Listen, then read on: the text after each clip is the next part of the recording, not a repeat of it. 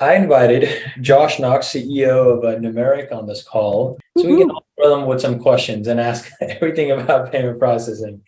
And then, we'll get back to more questions and answers as well. So wanted to, first of all, welcome Josh to our Friday Q&A. And we're all excited to learn about the payment processing world and how Noomerik is helping agencies and be different from Stripe. So I'm going to open the mic to you to kind of give us a little bit of background and the benefits of using Noomerik over Stripe and why having a secured merchant account is so much more important than getting shut down. Got it. That was a really long question, so I'll do my best to respond. So first off, thank you. Thanks for having me. Glad to be here. So Stripe versus merchant accounts. For those that have talked to me before, you'll find me to be fairly complimentary. Stripe's a good technology, right? But there's a place for them in the marketplace, and that's shifting away from what most people are doing inside of Whitelabel. And by most, I mean, you'll see a massive shift over time. The other thing that you'll find for me, just in terms of context, is I'm not a fear monger in any way. I'm not suggesting that everybody's going to get shut down by Stripe tonight, right? What I do find, though, is when people talk to me, it's usually within a couple of days somebody gets a notice. I can't believe I got a notice. So if you do, just come talk to me and you'll be okay. But the reason that what we do at Noomerik is more stable than what Stripe is doing is this. I'm going to give you an analogy. Let's say you have a house and you have power in that house, but it comes from an extension cord that you're borrowing from the neighbor, right? They've got their own power hooked up with the power company, and you've plugged everything in your house into that power cord. Everything runs just fine. And one day your neighbor's like, you know what? I don't want to do it anymore. I know you've been paying me for it, and you've been great about paying me, and we don't really have any issues, but I just can't do it anymore. I need to change the way things I'm doing. And they pull that power out of your house. That's essentially what Stripe does with payments. They're renting you or leasing you the ability to take payments in your business. And because they've allowed everybody to hit the easy button and make it super simple to get on board, everybody does. And that obviously makes a lot of sense when you're getting started and getting going. Usually I'll tell folks, listen, if you're brand new and you don't have a dollar coming in, use Stripe. Get up and running, because you can migrate Stripe customers into Noomerik. And you can actually do it pretty seamlessly. But once you get up and going, you're essentially paying a flat tax on a rented service. And what you really want to do is have a solid foundation with a merchant account. You want to have the stability of owning your own merchant account. And there's a lot of things that go into that. They underwrite you up front, so they automatically know the risk profile that you fall in. They automatically want to be in business with you. Whereas Stripe, again, leasing you, they're sort of like the American Idol of payments. They want everybody to come on board, audition their business, have money come through, and then they go, we're not really sure if that's the type of business model that we want to do. And if you really pay attention to Stripe over time, they're just shifting their business. They're shifting to more enterprise type clients, people that do in-person services, ship physical products. And they're getting away from the small business owner that offers a digital service, that offers what they call future delivery date service, right? So anything that's software related, anything that's service related, you buy ads for somebody, you run SEO for somebody, you have a text campaign, or you have a review campaign or whatever. Those are all what are considered future delivery products. And therefore, Stripe is just shifting their business model away from supporting those businesses. The other reason that you want stability in your merchant account and have a fully underwritten merchant account is there's a lot of things that we can do with that to grow over time. And the first comes with scalability. So if you've seen somebody grow really fast, if you yourself have grown really fast and had your payments throttled, that doesn't typically happen on a merchant account side. In fact, there's a way to scale so you really never have an issue. On the merchant account side, you can have multiple merchant accounts, which gives you not only added benefit of having a backup plan or sort of an insurance plan for very little extra costs. I'm talking very nominal. But it also increases typically your ability to accept payments. So if I were to get you approval for, let's say, $50,000 a month in processing, And then we go out and get another account for 50. Well, now you're at 100. And if you don't think you're going to get to 100, then we never run into an issue, right? And so those are a lot of the reasons that having a fully underwritten merchant account is just superior. I mean, you wouldn't want to rent your bank account from somebody else, right? Let me put my money in your account. Okay, we've got a good accounting, I'll take it out. You just want to have your own control over your own merchant account. And that's what we do. So hopefully I covered that in my little soapbox. Yeah. So ownership of your merchant account is essentially the deal here versus renting it. Stephanie put a great analogy here. She goes, it reminds me of using someone else's Netflix password in a way. So where opposed to with Noomerik, you're getting your own merchant account ID that you're able to use to process payments. Another thing Noomerik does really well is, which Stripe doesn't do, is the dual pricing model. So Josh, can you talk to us a little bit about the dual pricing model and how that helps agencies increase their profitability and add to their bottom line? Yeah, that's a great question. So there are different pricing strategies within the broader payments world, right? That sort of universe.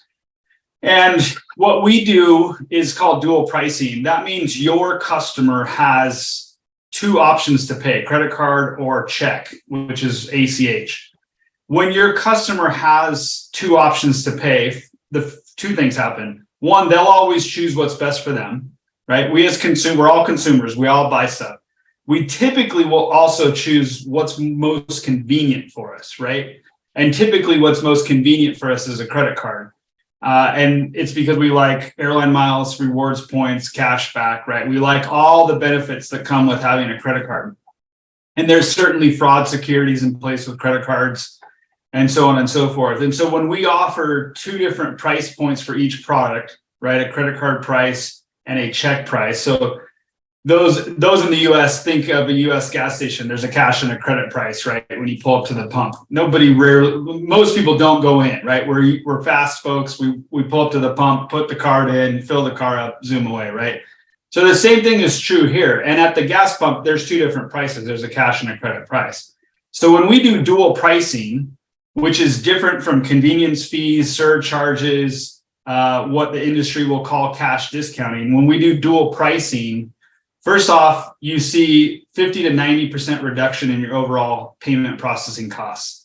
Now, just to be clear, this is for the US right now. This will exist in Australia and New Zealand when we get to that point, which should be later in the quarter, maybe first part of Q4. So in the US, we can drop costs dramatically, 50 to 90%. We've got clients right now that pay like 0.15% total. That's all they pay. Almost $200,000 a month in processing, and they had a $265 bill at the end of the month for all processing. So dual pricing is really powerful that way. It'll drop your costs. Second, we see no loss in conversion.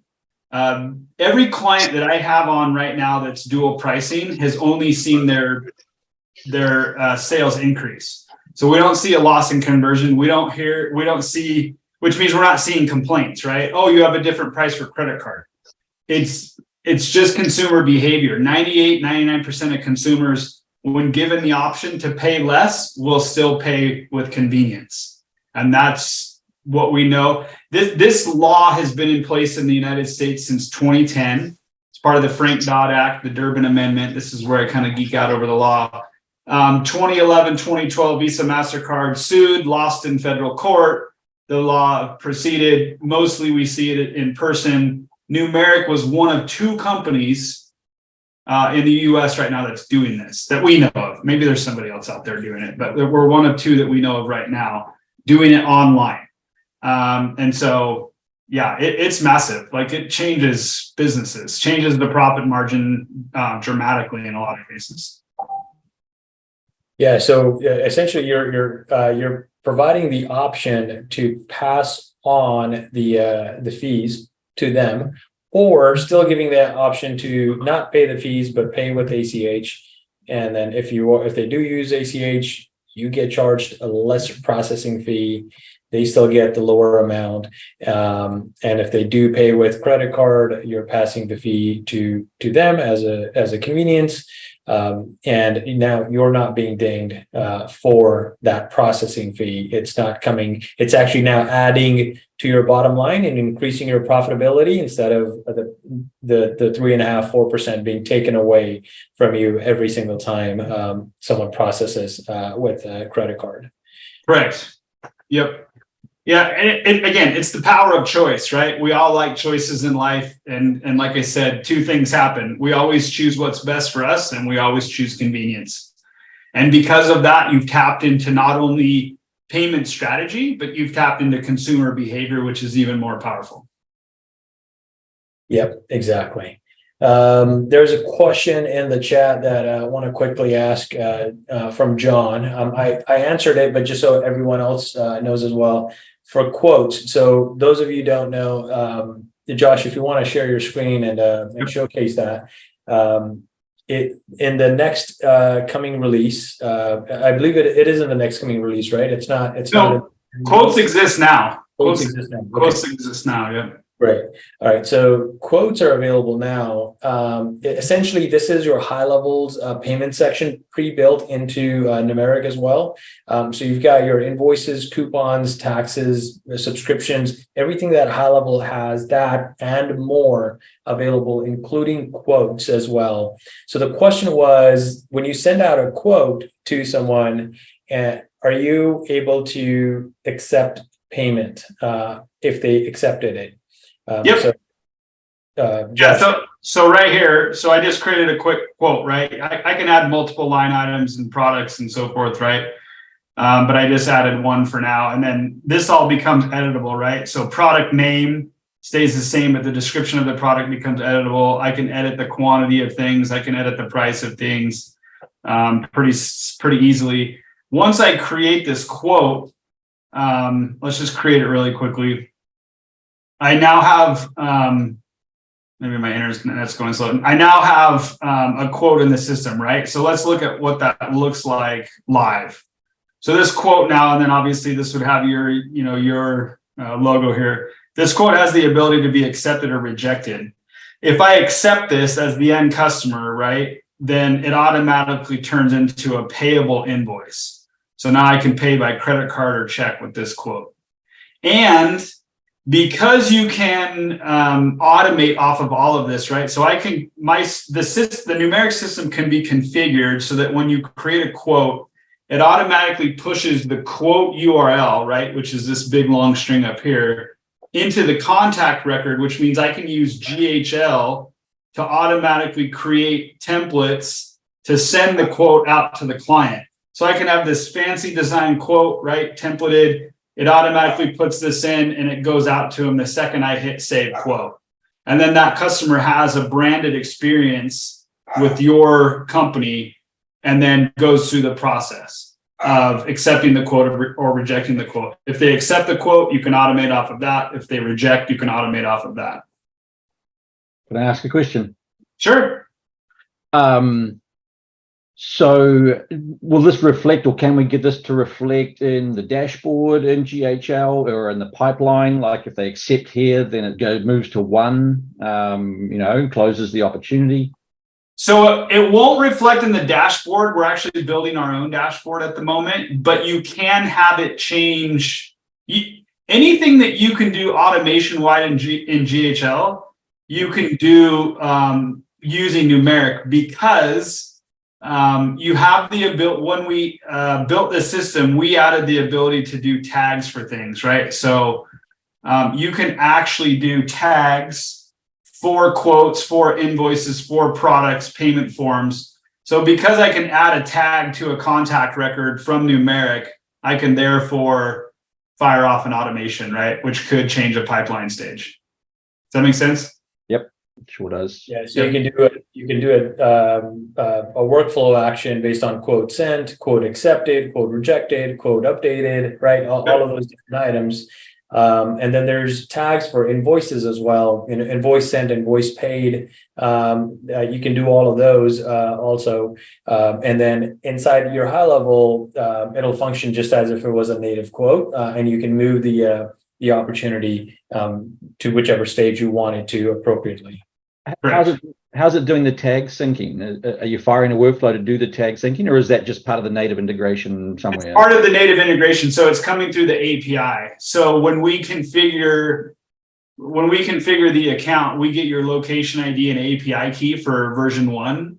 Version 2 that will likely be now released next week. We'll have the 2.0, OAuth 2.0. But yeah, right now through the API.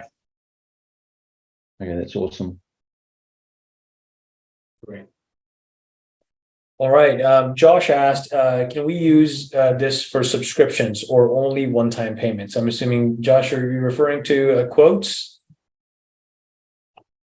Well, no, I mean, if we switch to this as like our processor instead of Stripe, I know a lot of people have products, one-time products, blah, blah, and they also have subscriptions ongoing. And I'm wondering if it can just take over all of that. They can take over all of it. Yeah. So when you create a product in our system, you can create a one-time or a recurring product. Product costs, right? You can add a tag to a product, so you can fire off for automation for a specific product. You can collect setup fees. You can have trials. Basically, the sky's the limit on product setup. Yeah. I mean, Josh, you're talking about this. I had a gym for a while, and we switched from credit card to ACH processing in the middle of owning it. And it was shocking to me how much, well, there's really a bunch of things. Like, number one, you make more money, right? Because you're getting more of that money. Number two, something you left out is you're not chasing anybody for credit card updates. Because people don't, their credit card expires long before they're going to update their bank account, right? Yeah. So you never have to do that. And then the third thing is your accountant's not as pissed because there's not these discrepancies, and you charge $199 a month, but you only got a deposit of $192.87 and blah, blah, blah, blah, blah. And it smooths out a lot of different processes. So I'm very excited that you're offering this to GHL users. Thank you. I'll also tease that with this next release, we'll have auto dunning and a member portal where your own clients can update their own payment details. So if a payment does fail, they'll be able to if a payment fails with the next update, the system will retry. However many times you tell the system to retry, what's typical in the industry is 3 to 5. And it usually tries consecutive days. Then if it ultimately fails, your customer will get an email, your payment failed, go here to update your payment details. And they'll be able to manage card or ACH payment details on their own. All right. That's I got one more scenario. Sorry there, Björn. I got a customer and we just migrated them off HubSpot, and they had a mixture of ClickFunnels and Stripe and HubSpot. It was a bit of a mess. But anyway, what the scenario that they have is they take for their coaching a $15,000 coaching fee and a $5,000 deposit, and they then the person pays off monthly payments from that point onwards. And they're asking me, can we show our customers how many remaining payments they've got, or how much is outstanding on their coaching? Maybe it's a 4 installment, maybe it's a deposit plus 10 installment. They've kind of got these different things, and we're sitting there with GHL and Stripe just going, Yep. So here you go. In subscriptions, right? So you'll be able to manage subscriptions. Yeah. So really quickly, let's just go purchases. So all invoices are purchases, all subscriptions are purchases, but a purchase is not necessarily a subscription or an invoice. Took me a long time to learn that, so don't ask me to repeat it just at the moment. But you get a view of all purchases. You can see how people paid. You can view receipts. This tells you how somebody's paid. When it comes to subscriptions, Jay, the question that you're asking is what's the plan that they're on? Now, I've got a spacing issue here, but this plan is for this product called Class for $149. It started on 8/3. It goes monthly for 6 times. Yep. Does that make sense? Yep. And then you'll be able to manage, you can automate off of this, by the way, canceled or paused. And then you'll be able to see a history of all payments. Now, when you're testing, test credit cards don't let you run recurring, so I can't show you a history here, but this would show you a history. If they've been with you for 5 months, it would show every type of payment right there. And so, the way we're thinking about implementing it is using like a one-time setup fee and then subscription. So the subscription's for the lower amount, so you take the 15 grand, you take 5 as a one-time setup, and then we divide up the subscription after that. Is that similar to how you do it here, or do you have an ability for people to pay down a certain amount more flexibly than a strict subscription? Yeah, let me make sure I understand the scenario. So it's 15 grand for the total package, and 5 is the down payment. Yeah, they are somewhat flexible. They're like, hey, we'll work with you. Okay. But yes, in general, it's 5. Okay, so 15 total. So they would make a down payment of 5 and then have a remaining balance of 10, correct? Correct. Okay. So do they want the 10 all at once, or are they willing to break the 10 into multiple payments? No, they're breaking the 10 down into multiple payments. Okay, so here's how I would set that up, right? I'm not going to give it a name risk. You get that piece. So I would go setup fee, 5 grand, right? Right. Then I would say, let's say they break it into what's easy math. Let's just do 10 payments. Okay, so it's $1,000 per, right? Then I would say the 5 grand, I'm not going to bill them again until 30 days after, right? Because they've already just paid me 5 grand. So now I've got $1,000. Okay, just follow me here. A $5,000 setup fee, and what I'm going to do is I'm going to go charge the customer a number of times, 10 times, because I'm not charging them today, and I'm going to charge them every month. Are you creating a plan here? Is this plan creation? Okay. It's a plan. Yeah. So what will happen on this is on the day of checkout, right? So let's say that's today, they would be charged $5,000. Then 30 days from today, they would start paying the rest of their $10,000 off, right? At $1,000 per month. Now I can change this. I could change this to every 14 days. So they can pay every 2 weeks, right? But for the sake of this scenario, you've created a plan now to pay it off in 10 months. And is there any ability for the customer with the coming portal or whatever to see where they are at in their, how much, remains to be paid for the? Yeah. So that's a good question. So right now it would likely show, it would show the total number of times that they paid, but from the start date, we can add another column that does the math for them. Right on. Yeah. When the data is there, we're not displaying it, is another way of saying that. Yep. Awesome. It's actually a really great idea. So did that answer your question? Yep, sure did. Fantastic. A couple more questions came in while we were chatting. Ernie asked a question. I believe you are partnered with TSYS, TSYS. Will this allow any sub-account who are brick and mortar, allow them to use their physical card transaction devices, so those credit card processing machines, or will they need to use GHL Link to pay through invoicing? So retail location with potentially dozens of SKUs, or retail / in-person service? I just want to clarify. Ernie, feel free to unmute yourself to clarify that. Hey everybody, yeah, there's gonna be dozens of SKUs. Okay. So in that scenario, you want like a barcode scanner and basically a regular point of sale setup, correct? Yes, sir. I mainly work with running stores. Oh, how nice. I like to call myself a runner, but I'm struggling to train for the current marathon I'm signed up for. It's not possible today to do that. It is possible long-term. So, right, all payments go through some type of gateway online or some type of point of sale device in person. We have the ability to add point of sale devices to our technology. We just haven't written the code for it. So in short, you can do it. It would be clunky today to do it. The data would not, the transactional data is not two-way at the moment, meaning if you didn't take a sale through the Noomerik dashboard on your screen, then you wouldn't see the sale that happened in the store just yet. Does it make sense? Yes, sir. So we'll get there.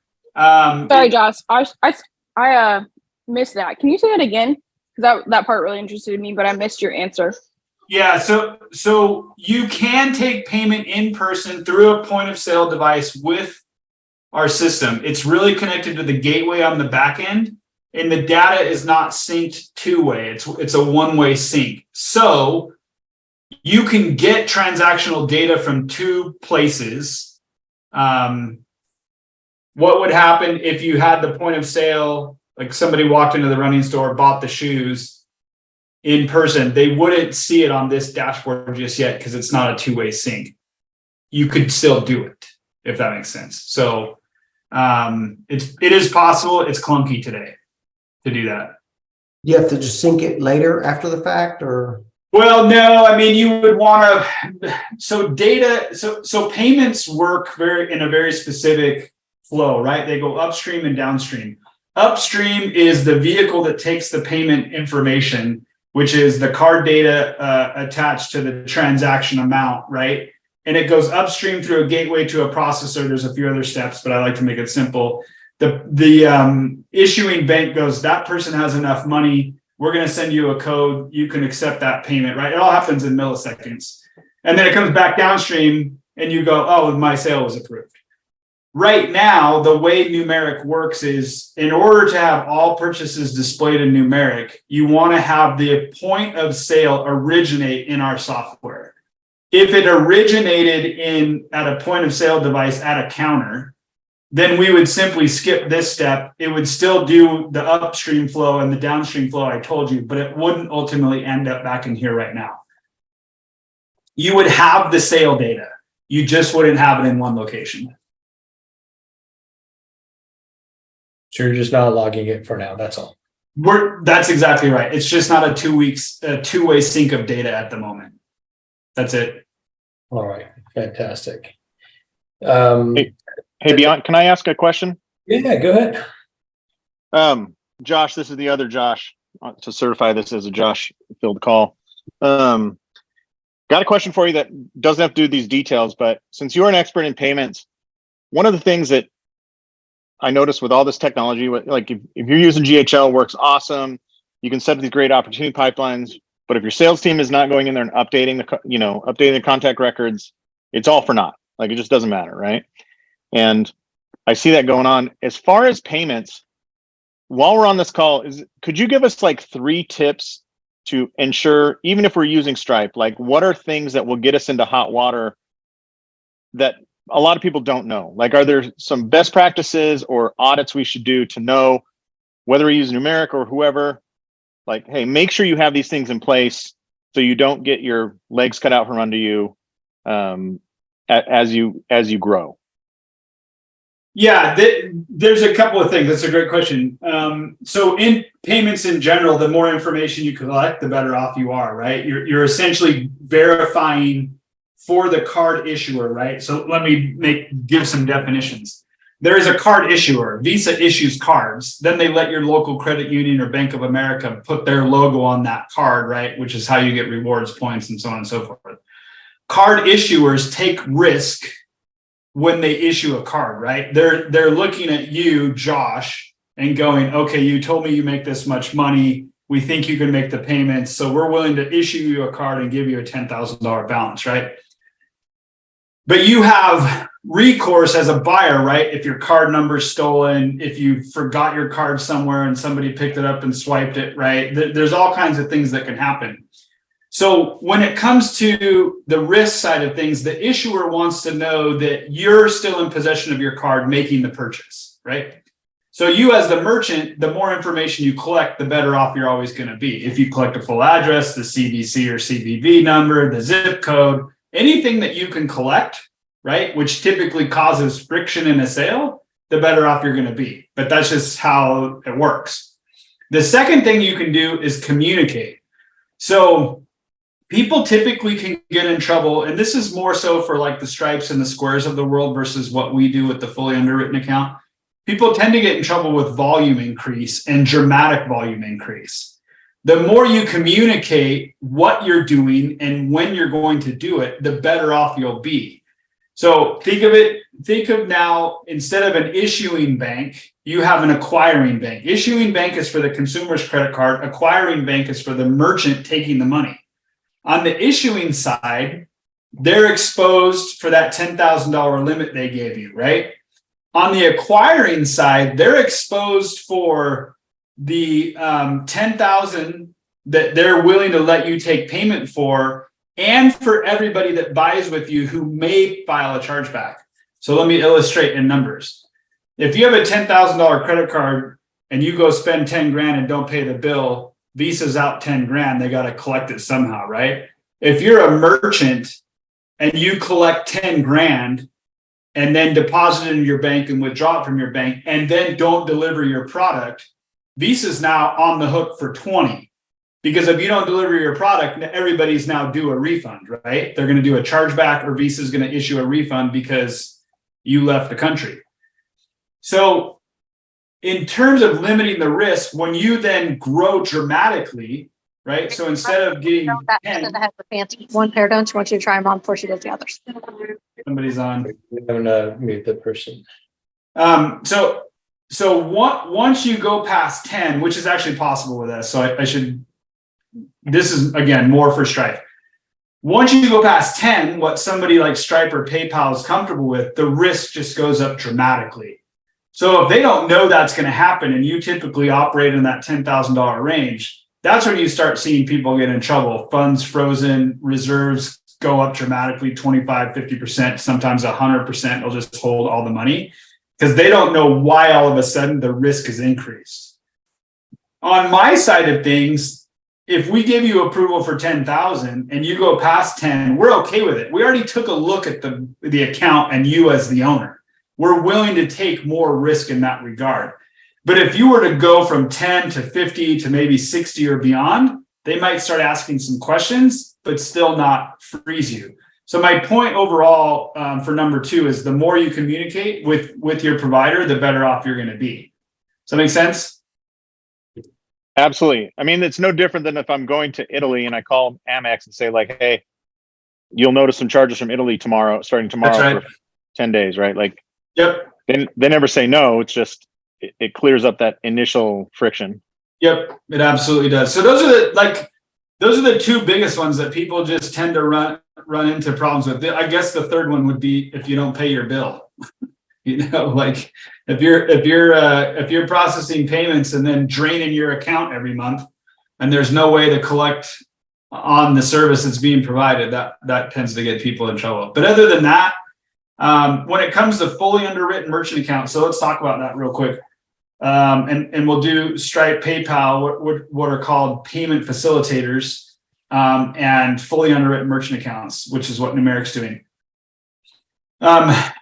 What happens is on that risk side of things, you just have to keep an eye on how you're going about what you're doing, right? So if you're taking money in and drawing the account down to 0 every time, then the merchant side is going to tend to wonder what's happening. And the same with Stripe. Stripe's done it in such a way where they do what's called daily discounting. They take out the payment that you owe them the second that it comes in, and then that's what you get deposited, right? So you really just have to pay attention on all sides of things when it comes to the merchant account. But in Stripe, you can get kicked off for 1% chargebacks, right? In order to get kicked off of my system, you basically have to knowingly commit fraud. Like you have to take money in and never deliver a product, or you have to launder money, or you don't pay your bill. That's how you get kicked off of my system. It's very, very difficult. But do you sell a money laundering snapshot with this? Just in Yes, case I do. get Yeah, tight and I'm spots? glad that it's being recorded and now broadcast out to the world. Everybody Yeah. knows Siri and Alexa's listening on the conversation. Yeah, I mean, believe it or not, people launder money without realizing they're laundering money. So you do have to be careful, right? Just sell a product, deliver the product, your life will be just fine. Can I ask just a follow-up to the communication thing? Sure. One thing that I see happen a few times, and I'll use Beyond as a perfect example. We start businesses and we file with Stripe or whatever, and it's like, hey, here's the kind of business I do. And then this one tiny little division that you kind of did a little bit in, all of a sudden explodes, right? Yep. And that becomes your business over the course of a year, which is awesome. And sometimes it's totally unexpected. So at first you register with Stripe that, oh, I sell digital products, and now you're selling a service or something. You know what I mean? Like Right. Your classification's a little off. How do you, when those things happen, like, do you just call them and say like, hey, I know that I said this, like, so I'm a chiropractor, and originally I was using the same processor to do my online stuff. And then that became so big. I'm like, you know what? I'm not, this is very different than somebody coming into my physical office and servicing them, and I broke it off. But when those things happen, how do you communicate that to your processor or whoever? Yeah, I mean, you basically have a new product line. So you want to let them know that your new product line is what's generating the majority of your sales. Because when you go in, right, either Stripe, believe it or not, Stripe is underwriting your account to a degree. They're using a lot of AI to do it. But they are doing what's called KYC, know your customer. They're checking you out, right? So in your example, we're doing that up front. Stripe's doing that over time. You're telling them what you're selling, exactly what you said. On my side, you would say, look, I've got a new product line, and I would like to sell that product line. They may issue you what's called a new MID, merchant identification number, for that particular product line, while still keeping it under the same merchant account. It's possible to do that. It's like having a checking and a savings account, right? So that's what I would do. If you've got a new product line and you're taking sales in a different way, right? A chiropractic office is an in-person service, and the patient usually pays after the service is over, right? Or they pay their deductible up front, and then if there's extra on the back, right? Correct.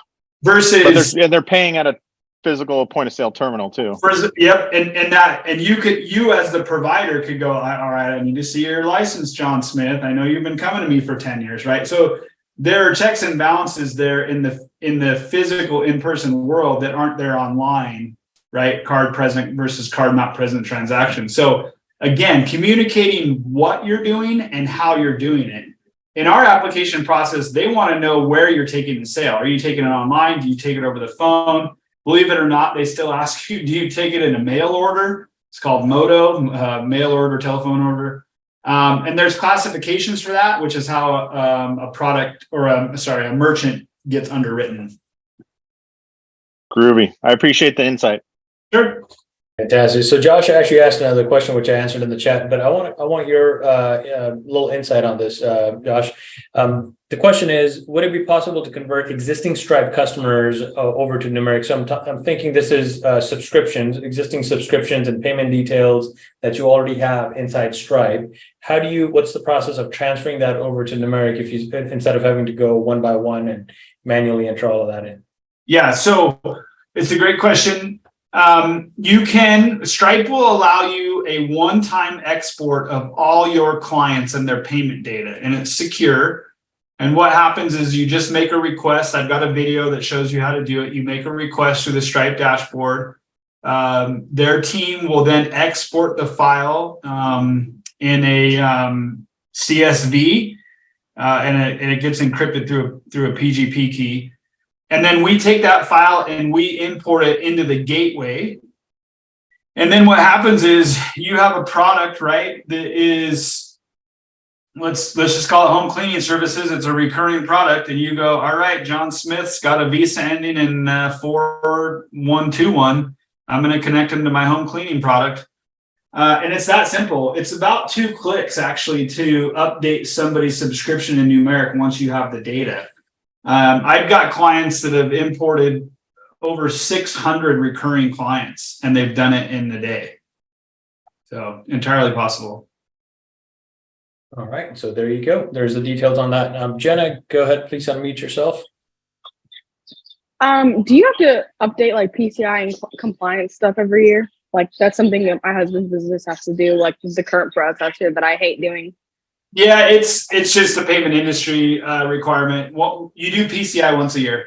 It's just a survey. Right. It's about 10 or 15 minutes. Okay, so like I don't have to do that with Stripe. Is that just like something? Well, yeah, Stripe's absorbing that risk for you. Okay. By the way, through our system, you're PCI compliant, you're HIPAA compliant, you're all, everything that you do is compliant in terms of payments. Okay. So yeah, but it is a once a year thing. If you didn't want to do it, I have some. What's like the experience of it though? Because I hate the way they have it set up. It's a different username. You have to like log in to like 5 different things. It's really wonky the way they have it set up. No, through us, you log in one place and you fill out the survey. It takes about 10 minutes. Okay. I would love to leave it just because of that.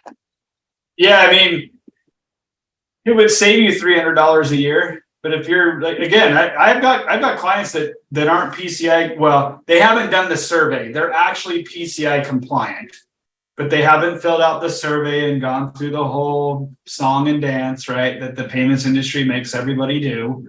And they just pay the $25 a month in a assessment. So totally. Okay. All right, fantastic. Clark just asked, how does rebilling work on GHL? Like for Twilio or Mailgun? Yeah. So right now we don't have an automatic ability to do that. That will likely come out in Q4. So clients that are with me that do rebill for Twilio, they just basically sell credits. Like that client of mine that brought over 600 some odd clients migrated them from his other payment platform. And my brain's fried. It's the end of the week. Sorry, everybody. He sells credits and he has a way that he monitors it all. And so he just knows about average of what everybody's going to use. And he just rebills them for a credit. I actually have 2 clients doing that right now. Like one knows that somebody's going to use like 1,000 texts a month. That's about the max. And so he charges them like $25 or something every month in addition to their SaaS fee. If I'm not mistaken on that, I think one of the times we were talking, you mentioned that they still have the ability to leave the Stripe account connected to have the rebilling done through there. Yep. And the payments processed through Noomerik, right? Yeah, you could absolutely do that as well. If you were to migrate to Stripe, you never had an issue, with if you were to migrate to Noomerik and you never had an issue with Stripe, yeah, you could also absolutely just leave Stripe connected for that rebilling. Fantastic. So you can leave Stripe as a backup resource for rebilling while majority of your payment processing is done on Noomerik, as long as Stripe hasn't shut you down. Right. If shut you down, then a different story. But so that's there. All right. There's another exciting feature that I want to talk about here. But right before we get to that, there's one particular feature that I want to touch on real quick that Noomerik has that HighLevel doesn't have just yet. There's actually 2. So SAS Configurator is built into Noomerik. Can you showcase that, Josh? And the benefit of which blew my mind when Josh was telling me about this is that one, you can already build as many plans as you want, and you can build a plan just for a social media planner, just for one particular feature, and you don't have to comply to the locked down features that the SAS Configurator comes with, and automatically create accounts when someone signs up through that. So Josh, if you can share a little bit about exactly how that works in the system. Yep. So I just pulled up the beta version. And so this is our beta side. So there's a couple of things coming. So you're going to be able to create contacts and push contacts from Noomerik into GHL. You're going to have appointment booking and payment ability. You're going to be able to add custom fields And then, of course, what Bayon's talking about in terms of products, where you can create a SaaS product. So let's just go through this really quickly. It happens down here. So this is essentially the regular product build out, right? But we're adding a SaaS feature to it where I click to create the user. So really quickly, a couple of things, and I just went through my own training this morning on this. So let me make sure I'm clear. So this is creating the sub account and a user with the location, okay? Meaning somebody buys this product that we're creating, the sub account gets launched, they get emailed their credentials, they log in, they've got their sub account, right? The other functionality beyond that I didn't tell you about, which you'll be pleased to hear, is you'll also be able to sell seats to a sub account. So you can sell the whole sub account right now, and people are automatically limited or unlimited in the number of users they could add to that sub account. You can now sell seats to that sub account, and it will launch the user into that specific location. Hopefully that made sense. Charge per user fee, like, per user fee. Yep. Like that, or $50 a user, whatever you want to charge. So this allows you to create only a user added to the existing location. Correct. So you would, yeah. So let me get through the sub account piece. So create a user with location. We got a little spelling issue there. Don't mind me. You can select the snapshot, right? So whatever snapshot's attached, and then you can select the role. And then this is the part that Bayant was talking about. You can select all the permissions that you want to enable when the sub account is launched, right? So you wouldn't disable contacts, right? But I could do that. You could disable workflows, disable funnels, disable triggers. So this is exactly what you were talking about in terms of this feature. So I can set up a specific SaaS product without being tied to the tiers in the current GHL configurator, and I can have an unlimited number of SaaS products. Make sense? So I'm not tied into tier 1 through tier 3. And then I just saw this comment go bonkers on the GHL group. Well, in order to create multiple products, you got to go into Stripe and you got to do use Pabbly and you got to blah, blah, blah, blah, blah. Nope, just create them all in Noomerik and it will do everything you need it to do and be unlimited. If you were to do just the user, right, then it actually has you pick the specific location. These are all test locations, right? And then you can actually revoke access based upon what happened. So did that person's payment miss? Did the whole agency payment miss? Do I want to revoke admin access or all user access?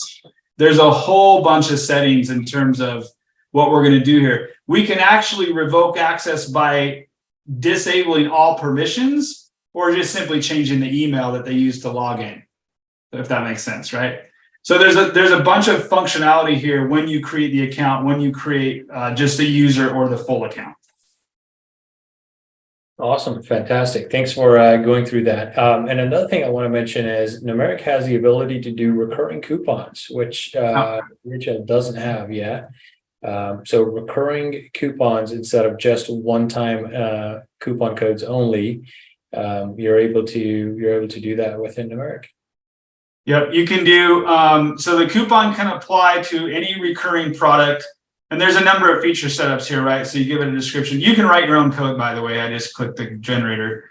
You can do a percentage, fixed amount. Then you can make them active or inactive. And then there's 3 different ways to expire them, or 2 different ways to expire them, or never expire them. So you can expire after a certain number of uses, or you expire by a date, right? You can pick a start and end date.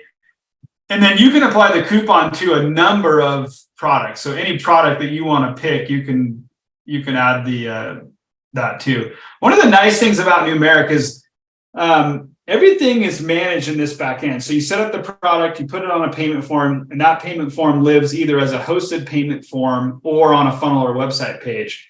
Then if you ever need to update that product on that page or on that hosted payment form, right? So the payment form might live in a trigger link in an automation or on a funnel page. All you have to do to update it is just manage it from here. You don't have to go back to the funnel page. You don't have to go back to your automation because it'll auto update everything up the chain. If that makes sense. All right, fantastic. So that means you don't have to go into, find that funnel, go into the settings and the products and then make those updates there, like you do in high level. You just come into this backend, update the product here, and it updates wherever it's being utilized. Right. All right, fantastic. Shane asked an interesting question. Would it be possible to build multiple SaaS in different currencies? That's a great question. We actually were just talking about this today, me and my developer, and I believe that's going to be the case. Not this release that's coming next week, but in likely the next iteration. And on top of that, dynamically add tax based on the region of the world that you're in. And so, yeah, I think that's a possibility, Shane, for sure. All right, fantastic. There is also the ability of white labeling the platform. Can you tell us more about that, Josh? Yep. How customers can white label the platform and become a payment processing product or service for their customers? Yeah. So this software, right, what you see on your screen here, is also a standalone software, right? So I can get to it from anywhere. I just need to have a login to it, right? I need an account and I need a login. So what that means also is that this is an iframe in here. Now this happens to be the beta version of this that we're looking at, but you can white label the name up here. So this becomes, right, John's agency. Sorry for all the Johns out there. It's just the fastest name that comes to me, but you can white label this piece. You can also white label, let's just pull up a simple demo form, right? And what I'm going to point you to here in this is the URL, right? It says payments.noomerik.com. And so anybody that makes a payment to Noomerik lands on a Noomerik URL. Well, when you white label, you can change that URL to yours, just like you do with GHL, right? So you could be payments.myagency.com. And so you can white label the dashboard, you can white label the URLs, and then what's coming probably in 2 weeks. I just got an update today, so we believe it will be 2 weeks. You'll be able to white label the entire merchant application process. So as part of everything that we do, you have to fill out an application. We have a 99.75 approval rating. It's pretty high. They have to go through that application process now. That will also be white labeled to your brand all the way down to the merchant statement. So imagine a world where somebody comes to you, they like your tech stack, right? Extendly's offering all the support on the GHL side. Then we offer all the support as a white label payment provider on the backside, and your software is front facing. And so they go through the application, it's your brand, they get a merchant statement at the end of the month with a low bill because you've told them about how we do things with dual pricing that's got your brand on it. And then the software for them to run all their payments has your brand on it. So from top to bottom, start to finish, you can white label this software, which should then make your entire program stickier, right? So think like bundle your home and auto. Now that you've got them using your software and they're getting amazing support from Extendly, why would they go anywhere else? Just add payments on top of that. And you can earn a residual affiliate income from it. So you can monetize payments in your entire GHL platform. And that's the biggest thing, that you can't do with Stripe, being the payment processor, or anyone else. Essentially, what this really means is that customer is so tied down to you now that they're not even thinking of canceling your subscription anymore, because in order to do that, they've got to let go of a lot of things and change payment processors. So you've made that process much more difficult for them. So they're likely to stay with you much more longer, because their business is very, very dependent on your platform now. So more chances of you keeping them longer and even upgrading them into higher paid plans with you. Let me also add one more piece to that white label. What we built in, and it's coming out with this next release as well, is a whole bunch of technology in the back end. And I'm not going to bore you with the details of it, but what it will let you do as a business owner is have an exit strategy if you ever wanted one, because your technology can stay in place and a buyer buying your SaaS, right? We all know people sell SaaS and you can sell it for up to 10x of your value or of your revenue, right? So imagine a world where now you've got a couple hundred users or a couple thousand users and you're like, look, life's good. I'd love to get out and sit on the beach or spend my time in the mountain skiing or whatever it is you like to do. The way we built our software, not only from the Whitelabel side, but from the actual payment processing side, is to be agnostic. What I mean by that is all of the subscription data will live in this software, secure payment data, all of it. And you could find a large buyer who's like, hey, I've got a different provider. I think I can get a little bit better cost or do XYZ. You could sell all of that without disrupting the customer base, and they could plug in their own provider in the back end, which makes your exit strategy even easier from an acquisition standpoint. Hopefully that made sense. Fantastic. No, yeah, that definitely did. Makes it easier to sell off the business as needed. All right. We've just hit the time over by 2 minutes. If anyone's got one last question, feel free to unmute yourself. Please ask. Otherwise, you're going to be hearing more about Noomerik. We will do a formal webinar as well as we get through settling everything in here, so that we can educate the providers and showcase the opportunity here.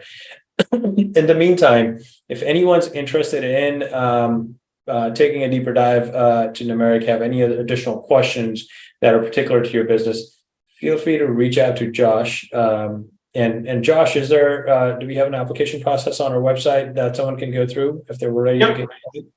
Just go to Noomerik.com, right? Not saving, Noomerik.com. And right at the top, it says get started. And it will take you through like 2 or 3 questions and then throw you into the application that would be, based on your choice. But that's how to do it. Noomerik.com. All right, fantastic. All right, well, everyone, thank you very much for joining us. Have a great rest of Friday and enjoy your weekend. We will see you next week. Want to learn Go High Level in a structured format? Check out the GHLacademy.com by Extendly. We guarantee to save you 6 months of wasted subscription costs for High Level. Just visit the GHLacademy.com.